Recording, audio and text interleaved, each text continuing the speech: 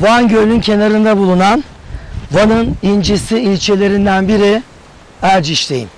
Erciş'e gelmek insanı hakikaten heyecanlandırıyor. Neden? Çünkü burası tarihte damgasını vurmuş, devrin en güçlü devletleriyle kapışmış ve bir türlü yenilmek nedir bilmeyen bir adamın memleketi. Ercişliydi. Orta Asya'dan kopup gelmişler. Erciş'e yerleşmişler ve kendi içlerinden, kendi canlarından, kanlarından evlatlarını burada yetiştirmişlerdi. Onlardan bir tanesi Erciş'te doğdu. Adı Kara Yusuf'tu. Doğduğunda kendi kabilesi küçücük bir topluluk halindeydi. Bu küçük kasabayı, topluluğu, obayı öyle bir büyüttü ki öldüğünde devasa, içine 4-5 devletin toprağının girebileceği bir imparatorluğa dönüştürdü. Bu kişi Kara Yusuf'tu ve bu devletin adı Karakoyunlulardı. Karakoyunlu devletinin başkenti Erciş'e hoş geldiniz. Bugün sizi Karakoyunlularla tanıştıracağım. Ve bu devleti devlet yapan, diğer devletlerin hükümdarlarının korkulu rüyası olan Kara Yusuf'un kabrine götüreceğim. Sadece onun değil, onun çok kıymetli eşinin de kümbetine gidecek. Karakoyunluları, başkentleri Erciş'in şahsında tanımaya çalışacağız.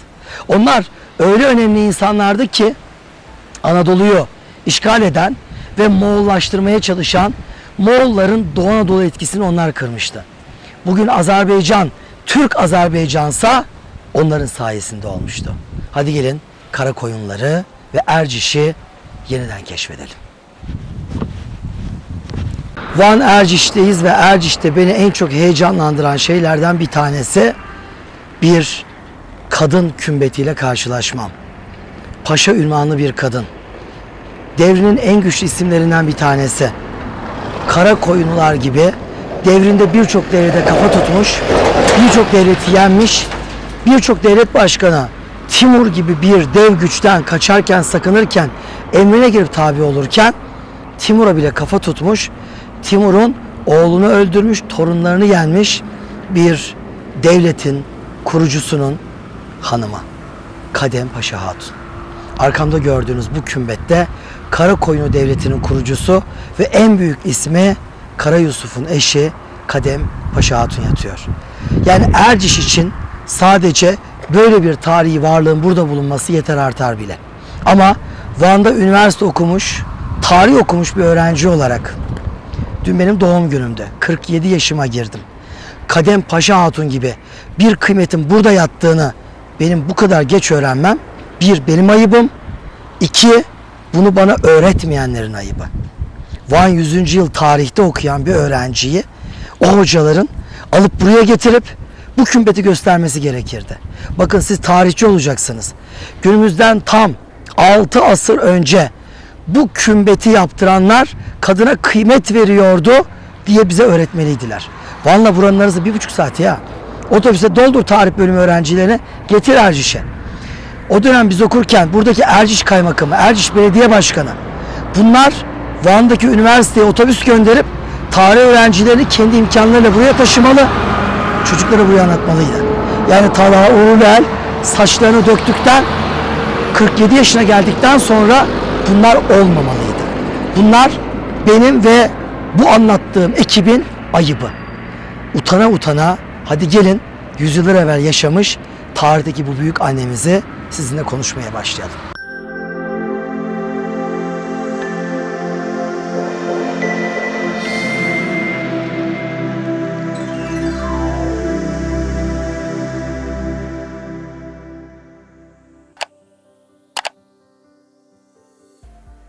Van Erciş'teyiz ve Kadem Paşa Hatun'un kümbetinin önündeyiz. Şimdi bu özel kadını konuşacağız. Kimdi ve neydi? Şu an biz Erciş şehir merkezindeyiz. Onu söyleyeyim size. Mükemmel, müthiş bir eserle karşı karşıyayız. Önce size tarihini anlatacağım. Sonra sanat tarihi detaylarıyla bu eserin ne kadar özel ve bulunmaz, unik olduğundan bahsedeceğim. Sonra da sizinle türbenin içine, hatta en son mezar odasına gireceğiz. kripta. Ve videomuzu o şekilde nihayete erdirmiş olacağız. Karakoyunlar diye bir devlet var. Büyük, güçlü bir devlet. Normalde Karakoyunlar Orta Asya'dan gelmiş Oğuz boylarının bir tanesi. Oğuzların Yazır boyuna bağlılar. Türkmen bir topluluk. Gelip Erciş'e yerleşiyorlar. Niye? Moğolların zulmünden kaçıyorlar. Kim derdi ki Moğolların zulmünden Orta Asya'da onların önünden kaçan bir topluluk daha sonra gelsin Van'ın en kuzeyindeki Erciş'e yerleşsin. Burada büyüsün, güçlensin ve Doğu Anadolu'dan Moğolları temizleyen bir güç haline gelsin. Evet, böyle olmuştu. Güçlendiler, büyüdüler ve Doğu Anadolu'dan İlhanlı izini tamamıyla silip attılar. Bugün Azerbaycan Türkse onların sayesinde Türklerin Azerbaycan'ıdır. Azerbaycan'ın Türkleşmesini sağladılar. Öbür taraftan Bağdat'a, Musul'a kadar gittiler. Yani bugünkü Irak'ın yarısını, Azerbaycan'ın tamamını, bugünkü İran'ın diğer yarısını ve Doğu ve Güneydoğu Anadolu'yu ele geçirerek uzun yıllar yönettiler. 2 asırlık bir devlet kurdular. Devletin kurucusu Erciş'te, burada doğdu ve devleti zirvelere çıkardı. Adı Kara Yusuf'tu. Timur'un önünde dimdik duran ender isimlerden biriydi. Nihayetinde Yıldırım Bayezid'e sığınmak zorunda kaldı. Ama sonra yılmadı. Timur öldükten sonra onların oğulları, hatta torunlarıyla da mücadele etti ve onları yenilgiye uğrattı. Timur'un oğullarından Şahruh'la savaşırken yaşlanmış ve ağır hastaydı. Savaş meydanında hastalıktan vefat etti. Yani kaçmayan, yılmayan, sırtını dönmeyen acayip bir kişilikti Kara Yusuf. Ve o kümbette yatan kadın Kara Yusuf'un karısı Kademşah Hatun'du. Kademşah Hatun çok güçlü bir kadın, çok dirayetli bir kadın. Karakoyunlar sanatkar bir devlet. O Büyük Selçuklu'nun sanatını Van Gölü etrafında Ahlat merkezi devam ettiren kim vardı? Ahlat Şahlar vardı. Ahlat Şahlarla beraber aynı Büyük Selçuklu geleneğini Van Gölü etrafında Karakoyunlar'da devam ettirmişlerdi.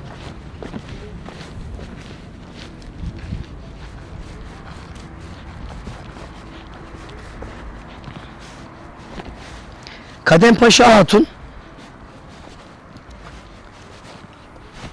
İstanbul'un fethinden, şaşıracaksınız, tam 5 sene sonra rahmetli oldu. 5 sene sonra. Yani 1453 İstanbul'un fethi, 1458'de vefat etti. Ve vefatıyla beraber bu türbe buraya inşa edildi. Türbeyi Rüstem Bey yaptı. Celayirli komutanlarından ünlü bir komutanın oğlu Rüstem Bey, mimardı kendisi. Tabi bu da çok ilginç bir kader noktası. Çünkü Celayirliler o günlerde Karakoyunlarla beraber 13. yüzyılda, onlar da Irak coğrafyasında çok güçlü bir Türk devleti. Bunlar da Karakoyunlar. Bunlar zaman zaman savaştılar, zaman zaman barıştılar. Bir ara Celayirlerin hükümdarı Ahmet Celayir'le Karakoyunların kurucu hükümdarı Kara Yusuf esir düştüler Memlüklere. Tam 1 yıl hapishanede aynı hücrede yattılar. Kara Yusuf'un son doğan küçük oğlu Ahmet Celayir tarafından evlat edinildi. Birbirleri ayrı dostluk kurdular. Demek ki o dostluğun bir nişanesi olarak Celayirlilerin ünlü mimarı Rüstem Bey 1558'de geliyor Erciş'e ve bu gördüğünüz muhteşem sanat harikası türbeyi inşa ediyor. Yalnız burada bir şey söylemeden geçemeyeceğim. Bakın, ben güzellikleri söylerim, sıkıntılı bir şey oldu mu eleştiririm. Kimse rahatsız olmasın. Bu ülke bizim ülkemiz. Ben Manisalıyım. Manisa'yı ne kadar seviyorsam Erciş'te o kadar seviyorum. Buraya yakın dönemde bir bakım yapılmış. Sordum, kaymakamlık yap dediler. Elleri dert görmesin. Bakın, buralara çakıl taşları dökülmüş. Buraya böyle ahşaplardan çok güzel bir set yapılmış. Oturma tabureleri yapılmış.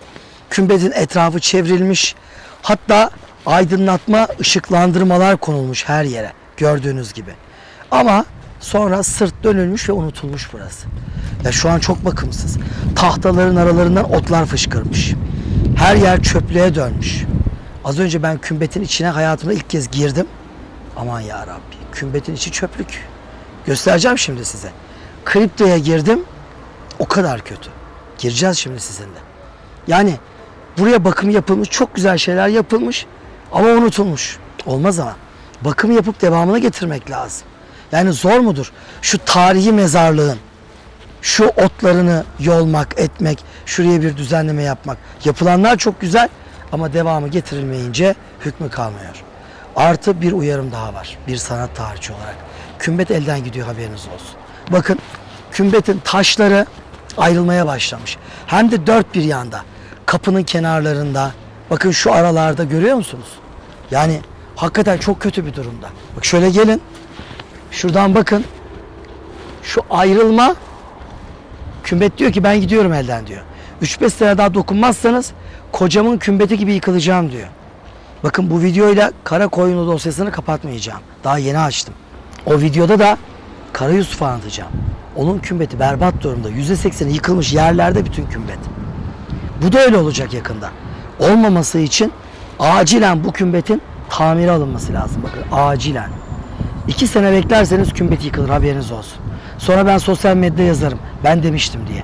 Lütfen bana böyle bir şey yazdırtmayın. Bu kümbetin sanat tarihimizde çok önemli, unik bir özelliği var. Yani tek benzersiz. O da ne biliyor musunuz? O da şu görmüş olduğunuz kitabe. Türkiye Cumhuriyeti sınırlarımızın içinde Karakoyunlu Devleti'ne ait elimizde bulunan tek kitabe Kadempaşa Hatun'un kitabesi. Bu kümbetin kitabesi. Karakoyunlara ait bugün Anadolu'da yüzlerce eser var. Ama bu eserlerin hiçbirinin kitabesi günümüze ulaşmadı. Ya defineciler tarafından kırıldı, arkasında hazine arandı, parçalandı. Ya da çaldılar, antikacılara sattılar, götürdüler. Bir daha söylüyorum. Türkiye'de devlet sınırlarımız içinde elimizde bulunan tek Karakoyunlu kitabesi işte bu görmüş olduğunuz kitabe. Kitabede Kadempaşa Hatun'un adı geçiyor. Hicri bir tarih verilmiş 800 küsur, miladiye çevirdiğiniz zaman 1458, İstanbul'un fethinden 5 sene sonrası. 1458 yılında diyor Kadempaşa Hatun için yapıldı diyor. Bir de Yar Ali Bey'den bahsediyor. Yar Ali Bey kim? O da Kadempaşa Hatun'un kocası, Karakoyunlu Devleti'nin kurucusu, Kara Yusuf'un erkek kardeşi. Kara Yusuf'un erkek kardeşi de Timurlarla yaptığı bir savaşta atından düşerek esir edilmiş, Timurlar tarafından öldürülmüştü. Cenazesi getirildi ve buraya defnedildi. Ve hanedan ailesinden daha 4-5 tane ismin burada adı geçiyor. Yani burası bir Karakoyunlu hanedan haziresi. Aynen Bursa Muradiye'de Osmanlı hanedan haziresi gibi bir Karakoyunlu haziresi. Yani Ercişlerin buranın etrafını böyle özel koruması lazım. Özel. Bunun yanından yol geçirmişler. Har har durmadan araba geçiyor. Ya Allah aşkına yolu, şu yan yol, bu yan yolu iptal edin. Gerek yok. Hadi ana yola lafım yok da. Yan yolu iptal edin. Buranın etrafını geniş parklarla çevirin. Ercişleri Erciş yapan atalarıyla buluşturun. Burası çiçek gibi korunmalı. Çok güzel bakım yapılmış ama soluğu eksik, kısa kalmış. Girelim mi içeri? Bence girmek istemeyeceksiniz. Ama ben yine de sizi içeri sokacağım. Hadi buyurun.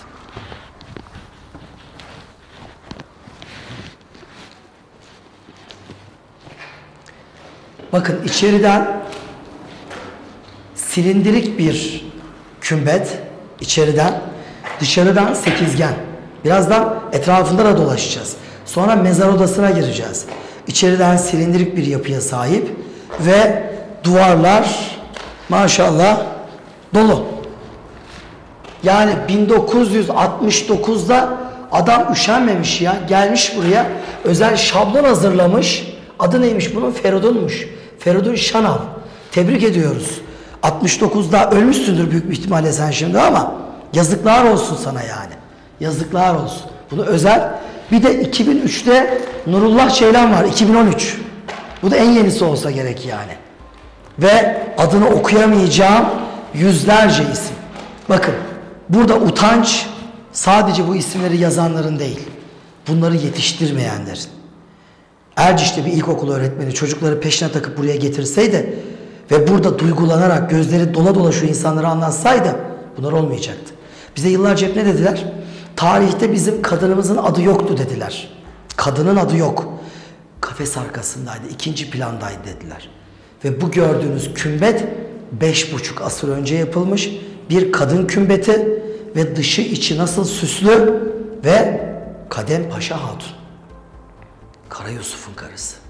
Kadın kocası kadar meşhur, kocasının kümbeti ayrı, kendisinin kümbeti ayrı.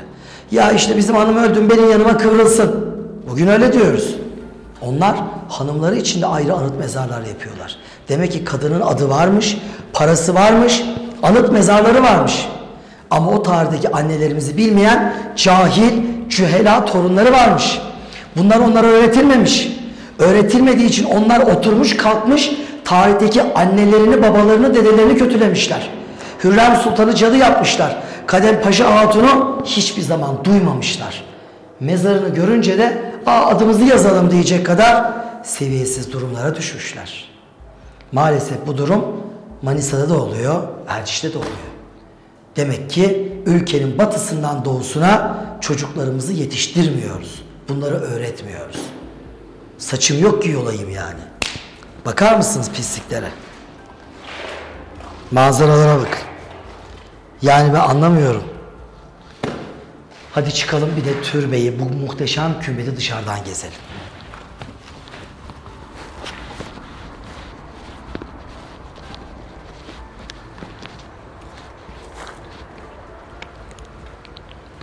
Şimdi giriş kapısını gördünüz. Giriş kapısı üzerinde Karakoyunlardan günümüze kalmış tek kitabe var. Bunu konuştuk. Başka.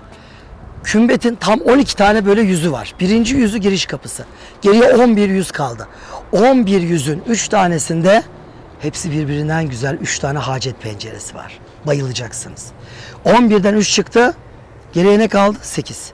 8 tane de şu gördüğünüz şekilde niş var. Nişlerin alt ve üst kısımlarında istiridye kabukları var. Hani bu istiridye kabuğunu Avrupalılar keşfetmişti. Barok süslemenin simgesiydi. Biz onlardan öğrenmiştik. Avrupalıların daha baroğu icat etmediği yıllarda aynı istiridyeleri biz kullandık. Bakın buradan gidin Erzurum'a. Saltuk Gazi'nin meşhur Erzurum 3 kümbetler var ya. En ortadaki Saltuk Gazi'nin kümbeti. O kümbetin üzerinde aynı nişleri göreceksiniz. Nişlerin içinde aynı istiridye kabuklarını ve şu gördüğünüz istiridyelerin tam ortasında birinde boğa, birinde çift başlı kartal, öbüründe birbirine dolanmış ejderhalar göreceksiniz Erzurum'da. Erzurum, Erciş. Şuradan çıktığınız zaman 1-2 saat sonra Erzurum geliyor. Ve aynı nişler. Demek ki aynı dönemin sanatçıları yapmış. Hadi dönüyoruz etrafında. Çok güzel burası. Burası kripta, mezar odası. En son buraya gireceğiz. Buraya girmeden şu hacet penceresini göstereyim. Bakın 3 tarafına bundan 3 tane yapılmış. Hacet ne demek? Hacet. Dilemek, istemek demek. Kim kimden istiyor? Biz ölülerden bir şey mi istiyoruz? Hayır. Onlar bizden bir şey istiyor mu? Evet. Ne istiyor? Fatiha istiyor. Dua istiyor. Allah'tan onlar için rahmet dilememizi istiyor. Ve buraya geliyoruz. Fatiha'mızı, İhlas surelerimizi okuyoruz. Belki Yasin okuyoruz. Allah'ım bu insanlar asırlar evvel geldi. Romalıların bu topraklarını aldı, bizim toprağımız eyledi. Diyar-ı İslam eyledi. Kadınıyla erkeğiyle. Ve buralara sırlandı. Burada doğmadı, burada öldü. Onun için ruhlarına birer Fatiha diyoruz. Ve burada dua ediyoruz. Görüyor musunuz? Şu burgulu sütun kemer halinde 3 taraftan nasıl dolanıyor? Kenarındaki palmetleri görüyor musunuz? Palmetler ne kadar güzel. Yani 16. yüzyıl Osmanlı süslemesinin 200 yıl önceki hali 14. yüzyıl. Nasıl güzel dönüyor. Yukarısında geometrik bezemeler var. Ve burada bir takım silmeler görüyoruz. Yalnız duvarın üzerinde çok enteresan, böyle çok sonradan çiziktirilmiş abuk sabuk yazılar olduğu gibi bir de çok eski çizimler var. Şöyle bana doğru yaklaşın biraz. Gelin böyle. Bunlar yeni değil bakın. Bunlar çok eski. Bakın burada geometrik bir gülbezek var. Bir gülbezek. Gülbezeğin kenarında 2 tane cami minaresi gibi çıkma var. Bu çizimler çok eski. Yani akademisyenlerimiz, bu bölgeyi çalışanlarımız bu kümbete gelsinler. Bunun duvarındaki çizimleri incelesinler. Ben çok şaşırdım. Vaktim yok. İsterdim tek tek bunları inceleyeyim. Ama baksınlar, bunlardan acayip şeyler çıkacak gibi duruyor. Devam edelim etrafında dönmeye. Tarihi mezar taşları var. Bakın böyle dönüyoruz.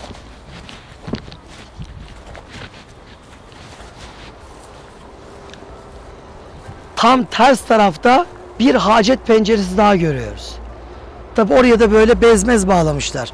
Yani işte adaka diyorlar, dilek diyor. Bu da batıl. Oraya bez bağlamakla hiçbir şey olmuyor ablacığım. Gel burada Fatiha'nı oku, Allah'tan iste. Bu kişiyi vesile kıl. Ama oraya çaput bağlama, yani mum yakma. Bu bir hacet penceresi, dua penceresi. Ne kadar güzel. Birincisini gördük yanda. İkincisi tam giriş kapısının arkasında ve muhteşem bir gülbezek. Ne kadar güzel. Devam edelim. Aralarda bahsettiğimiz nişler. Geliyoruz. Ve bakın, bu da 3. hacet penceresi. Yani bizim Selçuklu kümbetlerinde, işte Ahlat'taki kümbetlerde böyle sık sık hacet penceresi görmeyiz. Bunda 3 tane birden yapılmış. Demek ki halkın çok sevdiği bir kadındı. Toplumun belki de annesiydi. Hakkında bilgimiz az. Neden? Tarihte mahremiyet dolayısıyla kadınlar çok yazılmamış. Kıymet verilmediği için değil, daha fazla kıymet verildiği için. Bu da 3. hacet penceresi. Bakın üçünün de dekoratif süslemeleri farklı. Her pencerenin kemer içi ve kemer üstü gülbezekleri birbirinden farklı desenlerle süslü. Burgu içindeki, bakın az önceki burgunun dışında palmetler vardı. Burada burgu içinde daha farklı süslemeler var. Çok güzel. Taş işleme sanatının muhteşemliği. Ve sıra geldi mezar odasına. Hadi içeri girelim.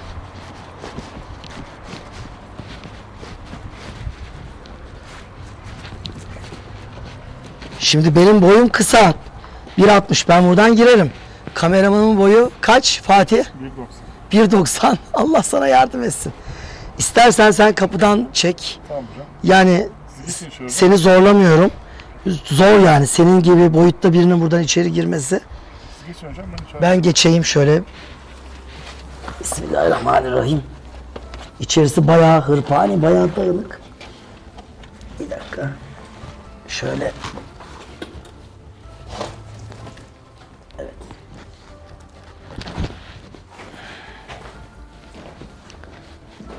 Şimdi bakın, yakın bir zamanda çevre düzenlemesi yapılmış. Ama bakımsız kalmış. Burası, bir kere şu kapının kilitli olması lazım. Buraya yani herhangi bir kişi gelip girememeli. Burası mahrem bir yer. Ben bile utana sıkıla girdim. Yani bir vazifem olmasa, size bunları anlatacak olmasam ben de girmem. Burası cenazelik, burası kripta, mezar odası. Cenazelikler, kriptalar kümbetin altında olur. Ve gördüğünüz gibi bir beşik tonozla, genelde %90 beşik tonozla üst örtü sistemi kaplı olur. Bir kişi vefat ettiğinde cenazesi getirilir. O az önce girdiğim pencereden, kapıdan, ne derseniz o kripta girişinden tabutla getirilir, buraya bırakılır. Burası toprağın altı olduğu için burada bir daha toprağa verilmez hiç kimse. Burada bir daha toprağa verilmez. Ve ne yapılır? Buraya konulur ve çıkılır. Sonra ikinci bir kişi, üçüncü bir kişi. Bursa Yeşil Türbe'ye gidin. İstanbul'da Fatih'in türbesine gidin. Hiç fark etmez. Hepsinde defin bu şekildedir. Konya'daki Selçuklu kümbetleri bu şekildedir. Kırşehir'deki kümbetler, Ahlat'taki kümbetler hepsi böyledir. Altta bir mezar odası. Cenazeler buradaysa o az önce girdiğimiz üst kat neyin nesiydi?